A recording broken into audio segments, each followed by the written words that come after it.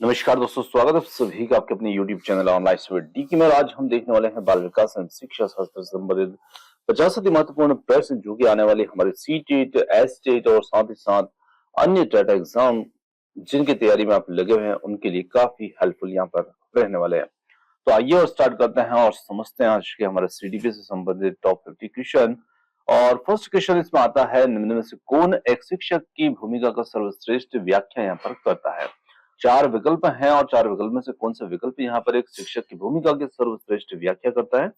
तो एक शिक्षक को निर्धारित पाठ्यपुस्तक का दृढ़ता से अनुसरण करना चाहिए। फिर ऐसे बी है, ऐसे आराम के माहौल का निर्माण करना जहां बच्चे संवाद और खोजबीन के माध्यम से सीख सके। थर्ड है, समय पर पाठ्यक्रम को पूरा करना महत्वपूर्ण है। और डी है, शिक्षक की एक महत्वपूर्ण भूमिका है कि वह वर्ग कक्ष में अनुशासन बनाए रखें। तो देखिए, एक शिक्षक की सर्वश्रेष्ठ भूमिका यहाँ पर रहेगी और वो होगी ऑप्शन नंबर बी के अंदर, और जिसमें बताया गया है कि ऐसे आराम के माहौल का निर्माण करना जहां बच्चे संवाद और खोजबीन के माध्यम से सीख सके। अब देखिए, आराम के माहौल का मतलब यहाँ पर रहेगा कि बच्चों को एक स्वतंत्र माहौल ऐसा मिलना चाहिए जहां पर बच्चे निर्भीक होकर के अपने शिक्षक से प्रश्न कर सके बिना किसी भय, बिना किसी चिंता के।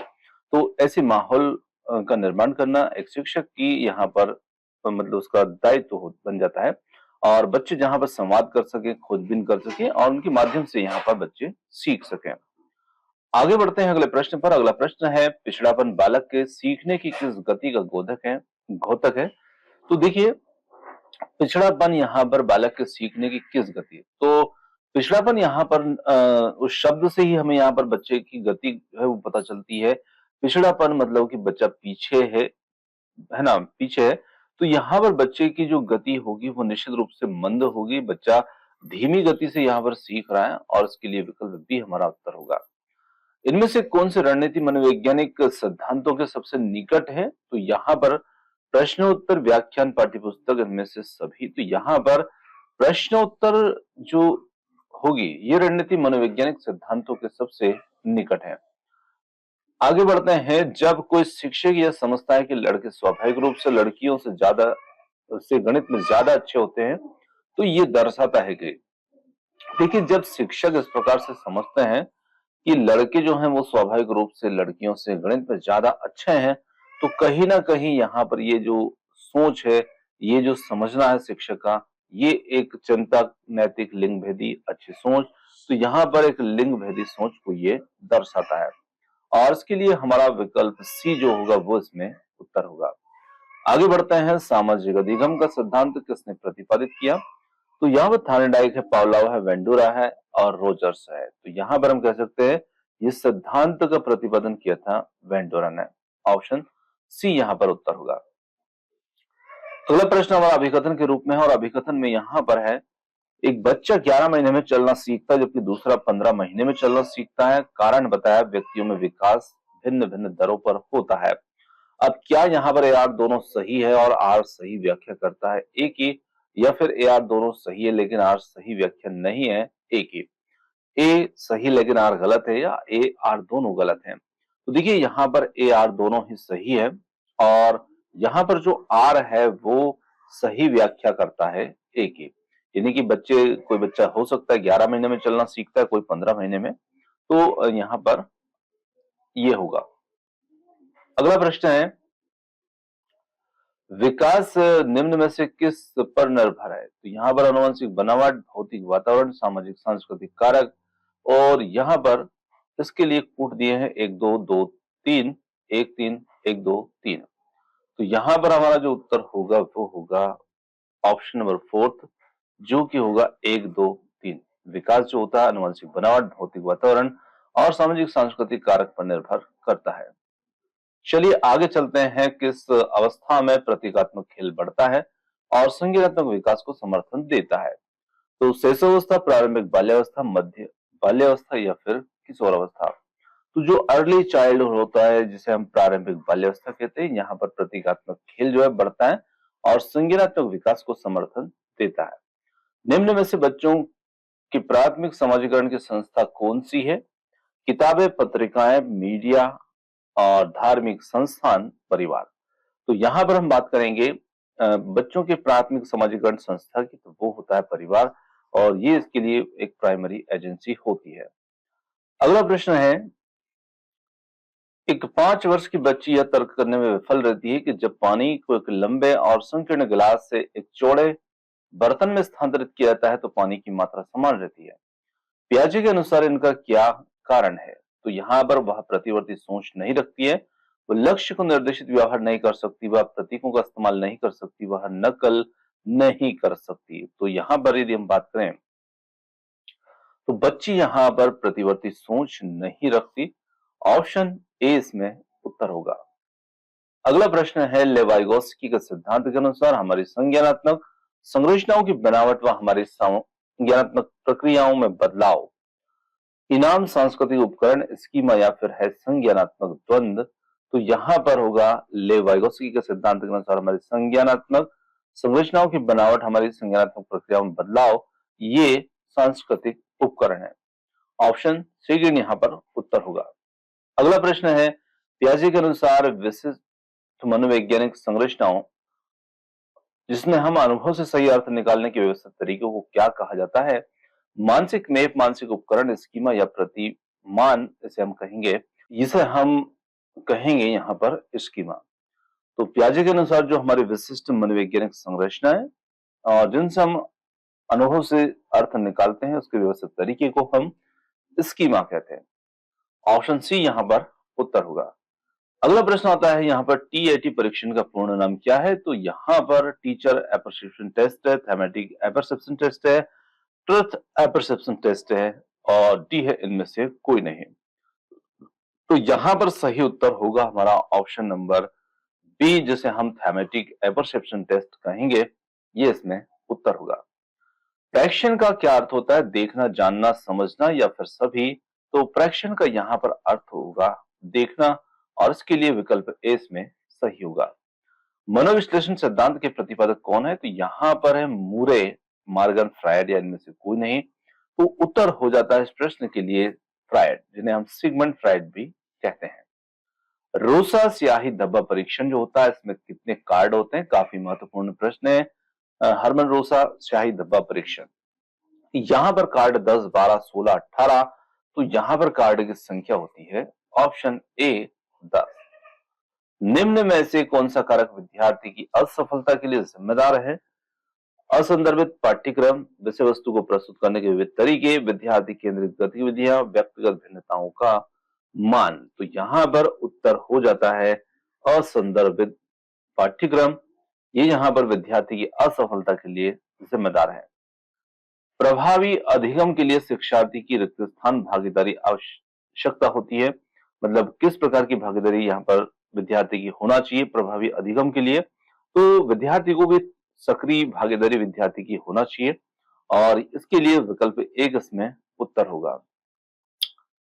अभिसंज्ञानात्मक कौशल चिंतन और अधिगम को नियमित करते हैं, संज्ञान और समस्या समाधान को प्रभावित नहीं करते, केवल विषय वस्तु के रटने पर निर्भर है, विद्यार्थियों में संज्ञानात्मक विकास की देरी को दर्शाते हैं। तो अभिसंज्ञानात्मक कौशल जो होता है वो चिंतन और अधिगम को नियमित करते हैं। ऑप्शन फर्स्ट यहाँ पर उत्तर होगा।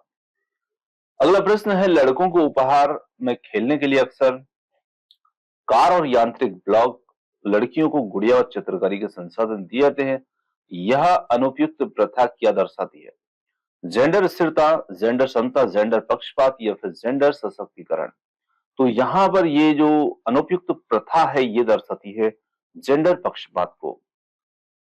अगला प्रश्न है, एक शिक्षिका को बच्चों के अपने आप से बात करने को क्या प्रतिक्रिया देना चाहिए?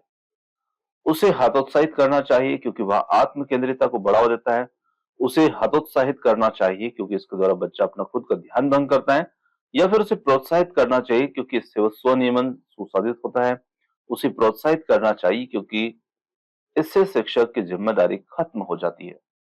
तो यहाँ पर उसे प्रोत्साहित करना चाहिए क्योंकि इससे स्वनियमन सुसाधित होता है। ऑप्शन थर्ड यहाँ पर उत्तर होगा। अगला प्रश्न है, निम्नलिखित में से कौन सा कथन कक्षा में सवाल पूछने के संदर्भ में सही नहीं है? तो यहां पर हम कथन को देखें तो विद्यार्थियों से प्रश्न के उत्तर पूछने का मुख्य उद्देश्य उनका परीक्षण है।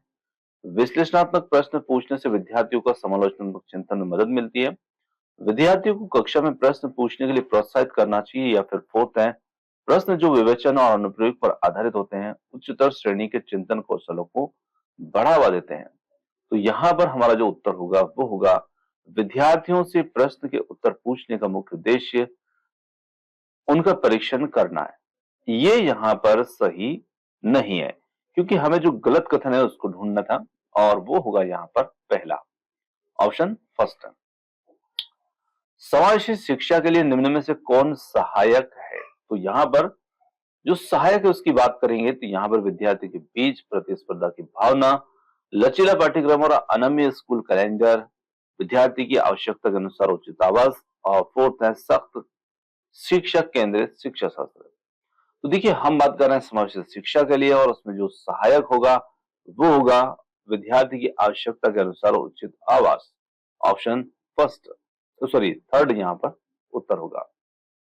निम्नलिखित में से कौन किसी व्यक्ति के हाथ से आंख के तालमेल, संतुलन और शारीरिक निपुणता की क्षमता को प्रभावित करता है? गुणज वैफल्य, पठन वैफल्य, भाषा वैफल्य वैफल्य और गति समन्वय वैफल्य है। तो यहां पर यदि हम बात करें तो यहां पर हो जाता है ऑप्शन थर्ड, जो कि होगा भाषा वैफल्य, यहां पर उत्तर होगा। उन विद्यार्थी के सफल समावेशन के लिए जिन्हें दृष्टि बाधिता है, एक शिक्षिका को क्या करना चाहिए? आसपास की चित्र रूपी सामग्री में मौखिक स्पष्टीकरण जोड़ें। इन विद्यार्थियों को हस्तलिखित नोट्स दे, विषय वस्तु को पढ़ने के लिए केवल ब्लैक बोर्ड का प्रयोग करें, और फोर्थ है उन्हें स्कूल के एक अलग संकाय में दाखिला दें। तो यहां पर उत्तर होगा आसपास की चित्र रूपी सामग्री में मौखिक स्पष्टीकरण जोड़े, फर्स्ट विकल्प यहां पर उत्तर होगा। जनजातीय समुदायों के विद्यार्थियों के सफल समावेश के लिए एक शिक्षिका को निम्न में से किससे बचना चाहिए? उसके दैनिक जीवन और उसके परिवेश से उदाहरण शामिल करना, उनके सामाजिक सांस्कृतिक संदर्भ के महत्व और सम्मान देना, पाठ्यक्रम में उनकी संस्कृति में प्रचलित लोकगीतों और गीतों को शामिल करना, और फोर्थ है उन संप्रतियों को पढ़ाना जो उनके जीवन के लिए पूरी तरह अप्रासंगिक हैं। तो देखिए यहाँ पर हम जनजाति समुदाय के विद्यार्थी के सफल समावेश की बात कर रहे हैं, और यहाँ पर शिक्षिका को किस चीज से बचना है ये इसमें ध्यान रखना है। तो यहाँ पर उन संप्रतियों को पढ़ाना जो उनके जीवन के लिए पूरी तरह अप्रासंगिक है, ये इससे शिक्षिका को बचना है। फोर्थ विकल्प यहाँ पर उत्तर होगा। निम्न में से कौन सा विकल्प दी गई दिव्यांगता और संबंधित विद्यार्थी के समावेशन हेतु यथोचित संयोजन रणनीति का सही युग्म है? ध्यान न्यूनता, अतिक्रियाशीलता विकार, लंबी अवधि की फिल्में दिखाएं, स्वलीनता जितना हो सके एक ही समय सारणी या दिनचर्या, पठन वैकल्पिक जटिल गणना पर आधारित प्रश्न दे, वाकवादिता मूल्यांकन के केवल मौखिक रूप को स्वीकार करें। तो यहां पर जो यथोचित संयोजन रणनीति का सही युग्म है वो है स्वलीनता जितना हो सके एक ही समय सारणी या दिनचर्या। आगे देखिए इनमें से कौन एनसीएफ 2005 का एक मार्गदर्शक सिद्धांत है?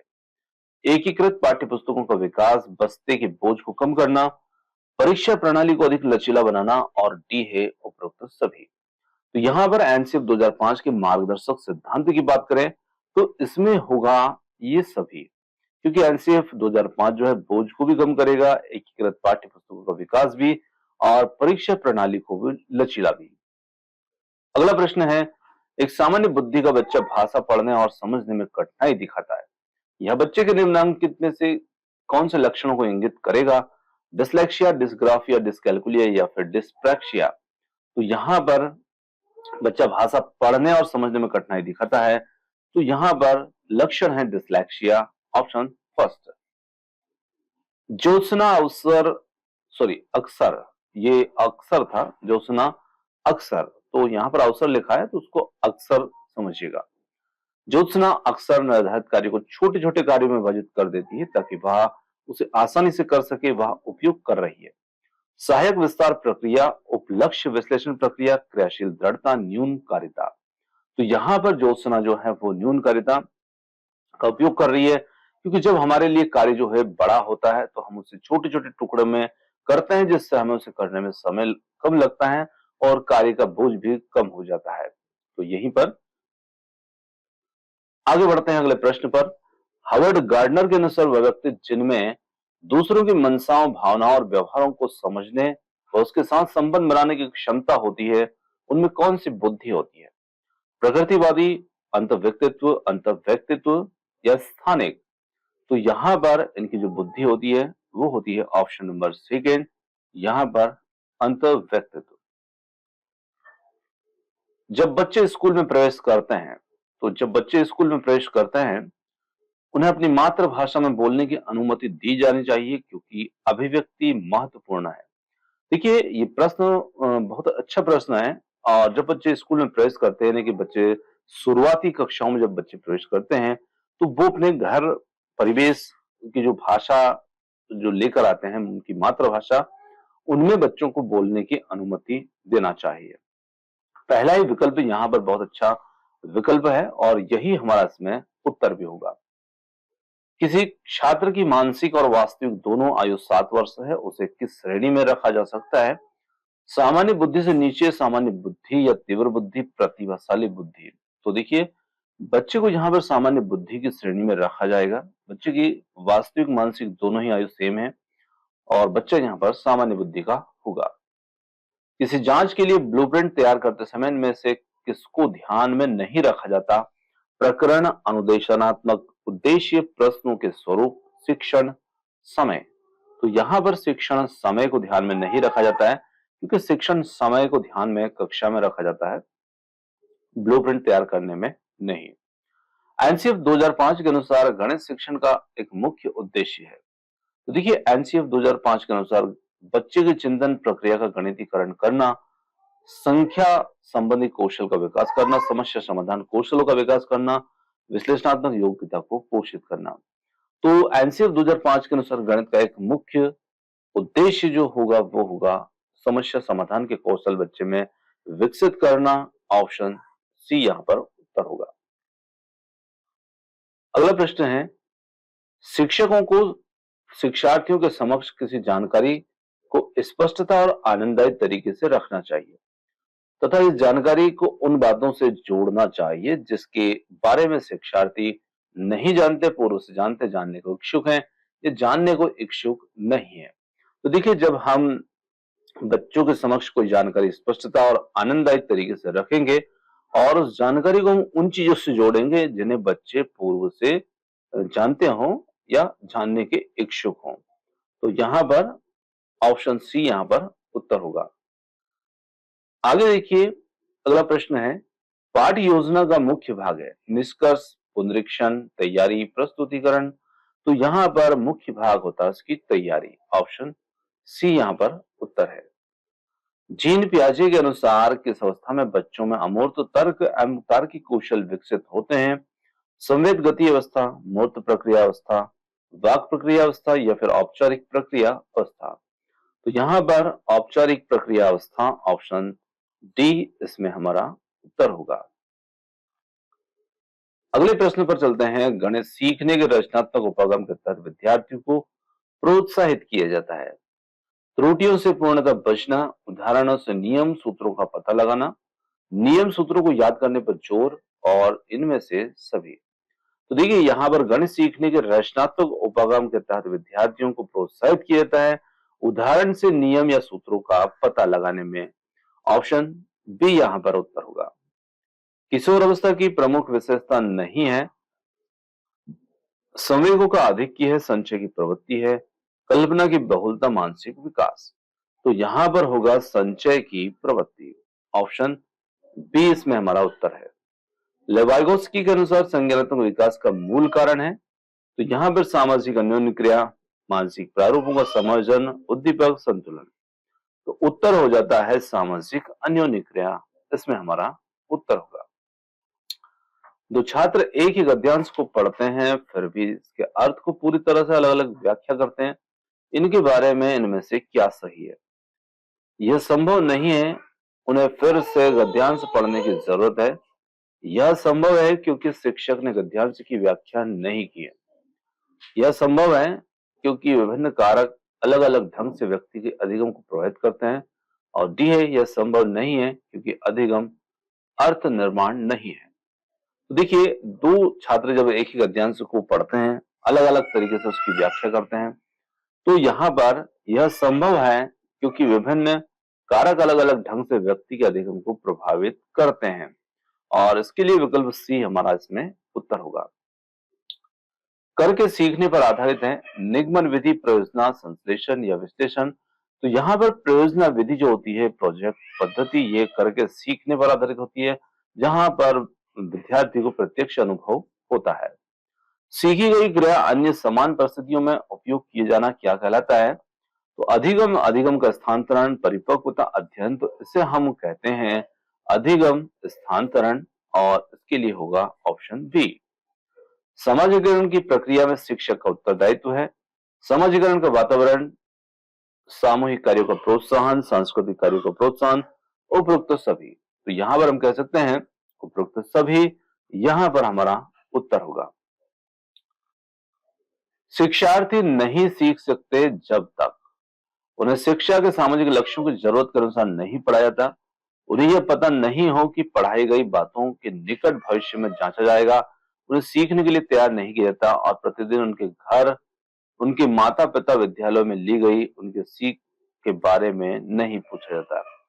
तो यहाँ पर उत्तर होगा शिक्षार्थी तब तक नहीं सीखते जब तक उन्हें सीखने के लिए तैयार नहीं किया जाता। तो ऑप्शन सी यहाँ पर हमारा उत्तर होगा। बाल केंद्रित शिक्षण विधि का मुख्य गुण है छात्र जो कहे उसके अनुसार पढ़ाना, छात्रों को उनकी आवश्यकता में रुचि के अनुसार पढ़ाना, छात्रों को कम समय के लिए पढ़ाना या फिर छात्रों को सामूहिक रूप से पढ़ाना। तो छात्रों को उनकी आवश्यकता रुचि के अनुसार पढ़ाना, ये बाल केंद्रित शिक्षण विधि का मुख्य गुण है। शिक्षण में सबसे कम महत्वपूर्ण कारक है, यहाँ पर छात्रों को दंड देना, गृह कार्य देना, सुगमकर्ता के रूप में शिक्षण, व्याख्यान देना। तो देखिए, शिक्षण में सबसे जो कम महत्वपूर्ण है वो है छात्रों को दंड देना। और इसमें हमारा पहला विकल्प जो होगा वो उत्तर होगा। अगले प्रश्न पर चलते हैं। निम्न में से कौन प्रभावी अधिगम रणनीतियों के उदाहरण है? तो यहाँ पर प्रभावी रणनीति के अधिगम की रणनीति के उदाहरण लक्ष्य और समय तालिकाओं का निर्धारण, संगठन चार्ट, संकल्पना चित्रों का निर्माण, उदाहरणों और गैर उदाहरणों के बारे में सोचना, समवय साथी की व्याख्या करना, स्वयं से पूछताछ। तो यहाँ पर यदि हम देखें प्रभावी अधिगम रणनीतियों के उदाहरण की बात करें, तो यहाँ पर पहला, दूसरा, तीसरा, चौथा और पांचवा सभी इसमें शामिल होंगे। अगले प्रश्न पर चलते हैं। अगला प्रश्न है किंडरगार्टन विधि के जन्मदाता कौन है? आर्मस्ट्रॉन्ग है, फ्रोबेल है, डीवी है, इनमें से कोई नहीं। तो किंडरगार्टन विधि जो होती है, जो छोटी कक्षाओं के बच्चे एलकेजी यूकेजी के लिए होती है, तो इसके जन्मदाता जो हैं वो हैं फ्रोबेल। ऑप्शन बी यहाँ पर इसमें उत्तर हो जाता है। दोस्तों, यहाँ पर आज के हमारे जो बाल विकास शिक्षा शास्त्र के 50 अति महत्वपूर्ण प्रश्न थे, ये समाप्त होते हैं। और क्वेश्चन आपको कैसे लगे कमेंट्स करके जरूर बताइएगा। वीडियो पसंद आया हो तो वीडियो को लाइक, शेयर, चैनल को सब्सक्राइब करना मत भूलिएगा। आपने जो समय दिया उसके लिए बहुत बहुत धन्यवाद। Thanks for watching. मिलते हैं जल्दी ही एक और नए वीडियो के साथ। धन्यवाद।